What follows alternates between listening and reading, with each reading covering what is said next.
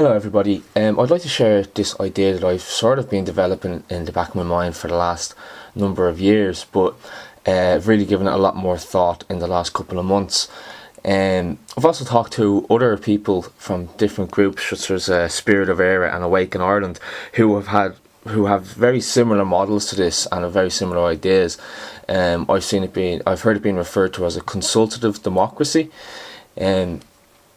Which explains it quite well, I think, but personally I prefer to lose words like democracy and things like that, because it's not really a political model as such. So what this model is more of a structure, a way of organising ourselves, which I believe would produce a much happier, more prosperous and freer society. It would also negate the need for government as we know it today. Discussions like this, I think, are very important today more than ever, because as we all know, we're in the middle of a crisis. Not just a financial crisis, but I would say a cultural crisis as well. But the Chinese way of writing crisis is contained of two characters, one for crisis and the other for opportunity. So we can use this current situation that we're in as an opportunity to think outside the box and come up with new ways of organising ourselves, because clearly the way we're doing it now doesn't work. See, we need to take politics back, back to the people. That means everybody, regardless of race and regardless of gender. Everybody should have a say in this. It shouldn't be made up of predominantly middle-aged white guys from middle to upper class backgrounds. We don't have a system where everybody can participate freely, where everybody in the community can participate freely. So the idea that I'm going to propose might sound a bit radical at first, but I'd say it's only radical because we're not used to it. And really, the ideas contained within this model are very old ideas that our ancestors would have possibly used. The model that we're used to is a centralised one, which essentially channels the power or the decision-making ability away from you and I, the people, and up through a system, through a funnel, to one centre point. That can be local government, national government, and now European Parliament as well. And what we see happening in this process is that fewer people get more power to decide what will happen in the lives of more and more people. So it's essentially our sovereignty through our decision-making ability that's being funneled away. Other societies, tribal societies or kin-based societies, where the family unit is the building block, and they'll join together with other families for security and safety, and then they gradually will become a tribe with their own customs and culture. And traditionally, each one of these clans and tribes would have been sovereign unto themselves. So although they might have had slightly different customs from each other, there would have been this golden thread of natural law behind it all, to cause no harm, loss or injury, and if and when you do, to be willing to make amends. So the tribes are basically like modern counties. Our modern counties are evolutions of these tribes, and we can sort of see this today with the GAA, because we have the tribal colours and we have the different clans. And there is reports in history, of ancient Irish history, where if there was a dispute between two clans, to avoid bloodshed, that they would have a hurling match. And anybody who's ever watched hurling will know that it's not a soft sport, it's not a gentle sport. It can be quite violent and aggressive at times. But in settling the disputes through playing a hurling match, it was considered very honourable, just.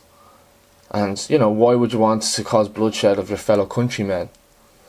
So these tribal structures sort of evolved into what we have today. as the GAA. And you know, every single county in Ireland is a little bit different. They all have their own accents and their ways and their mannerisms. And one thing that's great about Ireland is that every county takes the piss out of every other county. There's this great camaraderie, and you know, people don't mind having the crack and having a laugh about it. But at the end of the day, we can't forget that these counties are just made up of collections of families, which themselves are just individuals. They're just people. So if and when we work together in our communities and use our energy and direct that towards a common goal, there should be no reason why we can't achieve what we need to achieve to prosper going into the future and make our country a better country, possibly even the best country in the world. But another one of these sort of strange or, you know, maybe radical ideas that I'm putting forward is the idea of national consensus. This will only refer to matters that affect the whole nation. And what it means is that, you know, we can't do something unless everybody agrees to it. The rights of the majority can't take away the rights of the minority, or can't impose their will on the minority. And while that might sound a little bit difficult to implement, you know, 100% of the population, well, realistically, in a republic, and if that's what you want to call the country, that's the way it's supposed to be. In a republic, the minority's rights cannot be voted away. The majority cannot impose their will on the smaller group. Cannot use the law to do that. See, we don't live in a republic in Ireland. It's called a republic, but it's not a republic. We live in a democratic state. But in a republic, the rights of the individual are supreme. So that means that there is no like compulsory purchase, or there is no demands that the government can make on you against those rights. So if the government wants to put a road through your land now, they can basically force to buy that off you. Force you to sell that. Well, all democracy really is a system of whoever has the biggest gang wins. You've got the political parties with their different gang signs and logos. They all have their different agendas or legal philosophies that they're trying to convince you of. And what we're saying in democracy is whoever has the biggest army wins. It's sort of like in, if you can imagine, barbaric days gone past, like, you know, we would fight for turf, we would fight for territory and power and control and things like that. So the idea is that, like, in a civilized world, we won't fight about it anymore. We'll just sort of accept that, well, they got more votes, they have a bigger gang, so they should be able to dictate the rules for the sake of peace. But all democracy really is two wolves and one sheep voting on what's for dinner. And then all of this is done under the colour of law. These democratically elected people can enact laws that are basically going to take your rights away. They can enact a law that you have to pay them for the privilege of owning a home or living in a house. You know, the privilege of cutting turf. The privilege of having water piped into your house. But the truth is that Ireland has never really been fully united in its entire history. As far as I know, one of the only times they were united was under Brian Boru, who got the clans of Ireland to join together to push back the Viking invaders. And to be honest with you, I think that is actually the natural order of things, the non-centralised structure. I don't think the country is supposed to be united under a centralised structure, because it's not in our nature. It's never been that way until recent history. So I would propose either a decentralised model or a distributed model. I think that the model I'm proposing fits most into figure C there, a distributed model, where you spread the power out as much as possible across the land. This power could be distributed by through the process of county independence.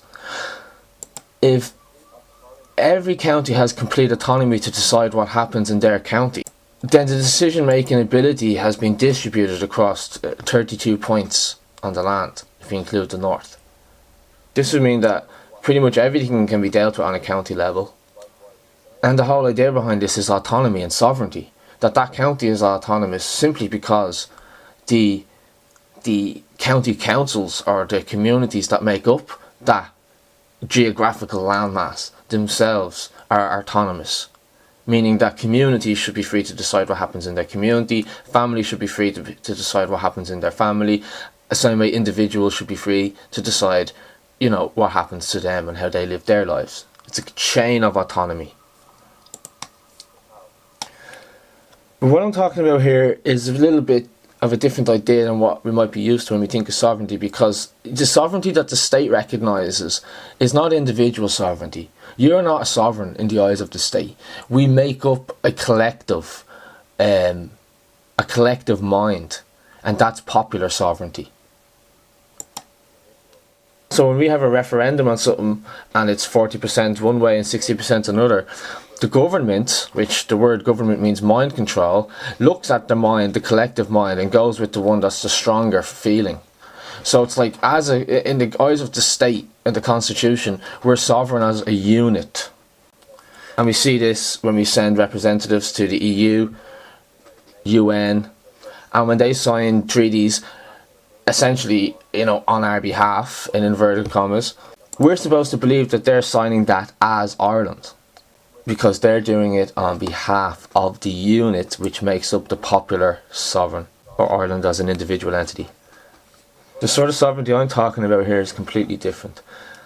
This is individual sovereignty, where each man and woman, who are rational beings, that's what humans are. We're rational beings. We can think, we can create, and we have untapped potential to add to the world and the overall human stock of, the overall stock of human ingenuity. So it values individuality and the power and the contribution of the individual. But the idea is that, we're still limited in our capacity of what we can and cannot do, and, our power. But when we pull together and we join together with other, autonomous beings, other sovereign entities, then we can pool that energy, causing greater effects in the world, to cause change in the world, in our lives, in our communities, in our families, and in our counties and in our country. And the will of the collective people materialises. So this model hopes to give the power back to you, the man in the street, and to give us a mechanism to actually have a say in what happens in our country and our lives, and to see our ideas being implemented.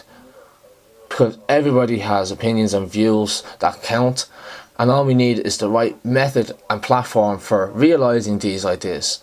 We have the answers right here, the people. We don't need to look to the government for these answers.